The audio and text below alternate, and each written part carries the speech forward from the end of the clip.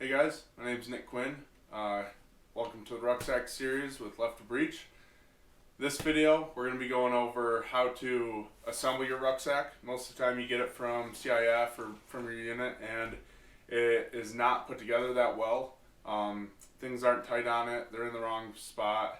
So we're going to go over how the MOLLE II system is completely adjustable, and you should always readjust your ruck every time you get a new ruck. That way it can enhance your ruck march times and it will make patrolling a lot easier. Alright, first step is to empty it out. So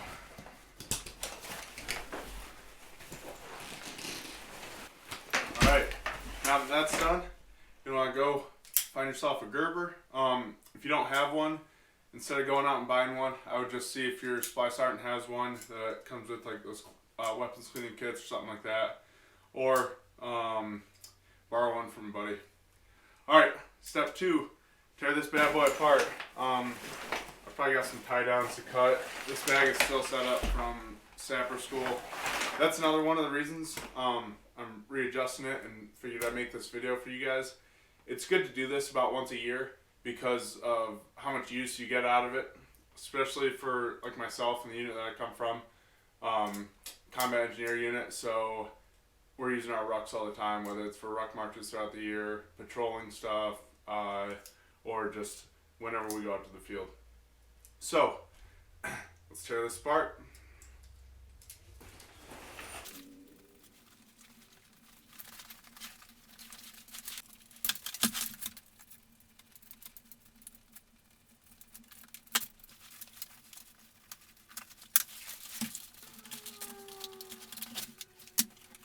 Alright, one last tie down to cut, and boom, we got our separate parts. So we got the actual frame here. We've got the shoulder straps. We've got the actual bag part. And then we've got the waist belt, or the kidney strap, some people call it. So if you've never taken one of these apart, like you just saw me do, you just start ripping it apart, undoing everything, and eventually you'll have it separated into these 4 pieces. So like I said, I do this about once a year, or after like a certain training event where I use it a bunch so I know it's loose. I want to put it back together, make sure it's good to go going forward. So probably wondering, how do you know where to put everything? There's a million different holes on here, so where does everything go? Well, right before I went to Ranger School, I knew that we were getting issued rucks there, and I wanted to make sure that I wasn't going to screw myself over because of the ruck. I wasn't going to let that be the reason that I was going home. So what I did was I put together a quick little sketch in my notebook that I was taking down there, and it's got everything on here marked out, most of the holes. I just did a hasty sketch on it, so I can see where the bag goes, where the straps go, and where the kidney strap go. And I'll put the picture up right here. That way you guys can pause the screen real quick and take a look, do the same thing for yourself. Alright, now it's time to put it back together using that little sketch. The first thing I start with is grabbing the actual plastic frame, and I'm going to put the straps on first. So move a little closer, that way you guys can see every step of this. So the best way to do this is orient your frame with these 2 shoulder pieces to one side, and then do the same thing with your shoulder straps going up the same direction. And then you just place your frame right on top of that, and you start strapping it down. There's 4 like friction buckles right here. I put those into this pear-shaped hole in the frame right here, and they're all on the inside. Top 2 go towards the top of the frame. Then you take your straps and you put them through the outside of the 2 holes here on the actual frame. Put the strap through both of the metal rings, back through one of them, Now it does get kind of difficult if the Velcro is kind of caught inside the actual metal buckle. So if that's the case, just keep on working it until it's out. Once that fabric in between the two pieces of Velcro get inside that metal friction buckle, it's really not that bad. Then do the same for the other side. Like I said, it goes up through the outside, right there, back down, through towards me, both the metal pieces. This is where the Gerber comes in handy. If you guys need to pull or twist or push anything, it's just a lot easier to wiggle around with that. When I'm doing each of these pieces, I like to keep everything a little bit loose until, like for this one, all 4 pieces are on there, and then I tighten them right down. One way that I get this really tight is you shove that Gerber right in between the 2 metal rings, in between the fabric as well. Grab it, grip it, and just twist it towards the running end. It just brings it right through, and you pull it, boom, you're done. So right now that's pretty tight. You could probably bounce a quarter off all 4 of those. Alright, now it's time for the top. These 2 guys at an angle up here, I keep these for the buckle, and we'll go over that in another video on like how to attach your assault pack if you need more room in your rucksack. But for these guys, I think they're called the load lifters. These are going to go in these angled pieces right here. So it's going to go on the top one on each side.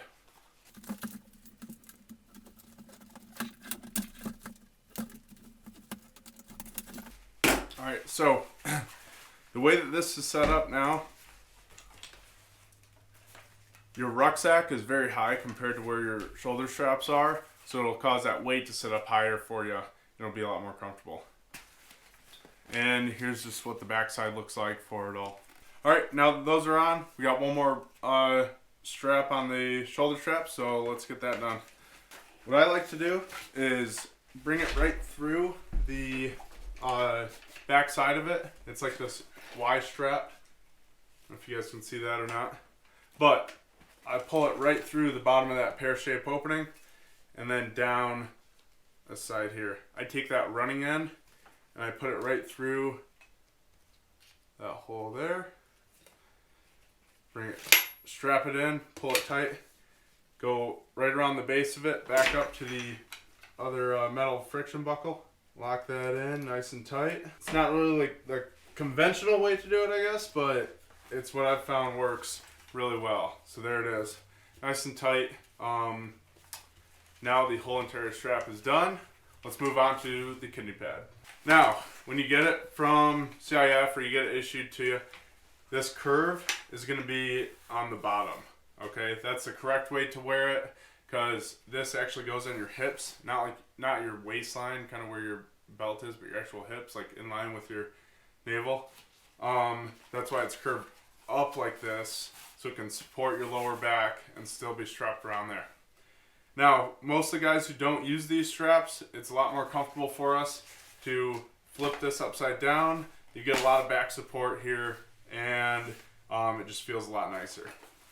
Also, notice how, because of my shoulder straps being so low, these actually overlap a little bit. So it looks kind of funky, looks like it's all crammed up and it's only going to touch like 6 inches of your back, but I promise you it's pretty comfortable if you do it this way. So, you just, again, it's got 4 straps, so you just work your way, do it loosely with the bottom 2 and then the top 2, or vice versa, and then strap them in, and I'll show you a little trick on how to get this very tight so you'll never have to worry about it again. Also, for this one, you've got to go through the outside hole, around, and back in the inside hole, okay?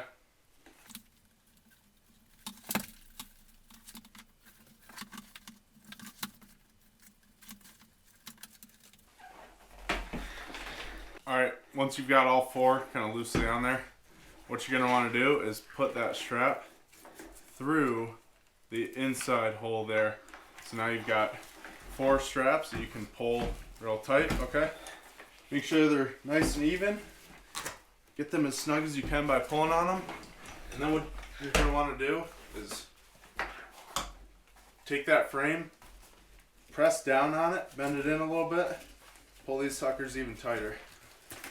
Like I said, make sure it's even and you should never have a problem. So a little check I do is I make sure that these buckles are equal distance from this center line. So right now they're not. Looks like you got to pull it that way a little bit. So that is what I'll do. Alright, they're pretty even, and because I was bending that frame in, now I've got some space in between here. It allows your back to breathe while you're rucking, and it kind of keeps that weight away from the base of your back and brings it up towards your shoulders a little more. So it's a little bit more comfortable. Alright, now it's time to put the bag on. For the bag, I always work from the top down, doing one side and then the other. But I'm going to lay it down, make sure the flap is opening up. Not to insult your intelligence or anything, but it'd be pretty embarrassing when you put this all together and it's upside down. So starting with one side, you've got a strap up top, and then you've got these little pieces you just shove through, and then they anchor themselves in. So we're going to start with the strap, and we're going to go as high as possible. Alright, as you can see, it's strapped in. Now, anybody who's ever rucked before knows that these things come loose. So what you can do to prevent that is you bring that running end back around and right through the buckle itself. It'll stay locked forever. So step one, make sure that it's super tight. Then you shove that strap back through. That running end should be going towards where your neck is, kind of, and then you're all set. Now you're going to want to stretch this bag out as much as possible and then go into that next hole. So for me, let's see, from the strap, I'm skipping 1, 2, 3 holes on the frame, going in the fourth, and these are all going into the outside, the outermost holes on the frame. Skipping 1, 2, 3 again, going into the fourth hole, and then the bottom one. For my ruck setup, it goes right in between the two straps on the kidney straps. This one, it's kind of congested in there, so I like to grab it with a Gerber, pull it right through. It's good to go. That side's done. Now it's time for the next.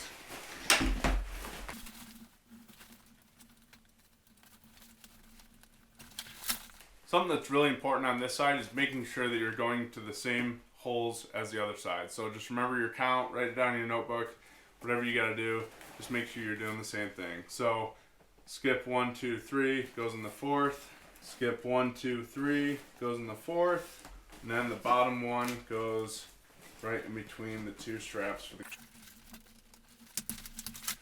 Alright, the last thing we got to do is connect our shoulder straps to our frame. What I like to do is go through the very bottom hole, on the outside hole. You put the end that's looped through, and you put the end with the buckle through from ground to sky as worn. Cinch it down, snap it in, button it, same thing on this side, through, inside to outside, in the bottom hole. Buckle goes through ground to sky. Cinch it down, push it in, and we're done. Our rucksack is put together. Takes less than a half hour. For this video, I did it in about 20 minutes, besides the points where I sped it up for you guys. But yeah, like you can see here, your shoulders are going to be pretty low. The bag sits up pretty high. It's a lot more comfortable for you. You have good back support there, and ready to get after it, get rucking. So yeah, next video is going to be on packing the ruck, and then we'll do a video on tips and tricks, things to do with your straps, tips and tricks for gears for sapper school, ranger school, and just patrolling in general. So yeah, if you guys got any questions, comment below. This will be one of our first videos on the channel, so make sure you like and subscribe, turn on notifications so you don't miss anything, and give us a follow on Instagram at Left of Breach. That's all I got for you. Make sure you're staying energized, raise energy. Code Left of Breach for 10% off. Set the conditions.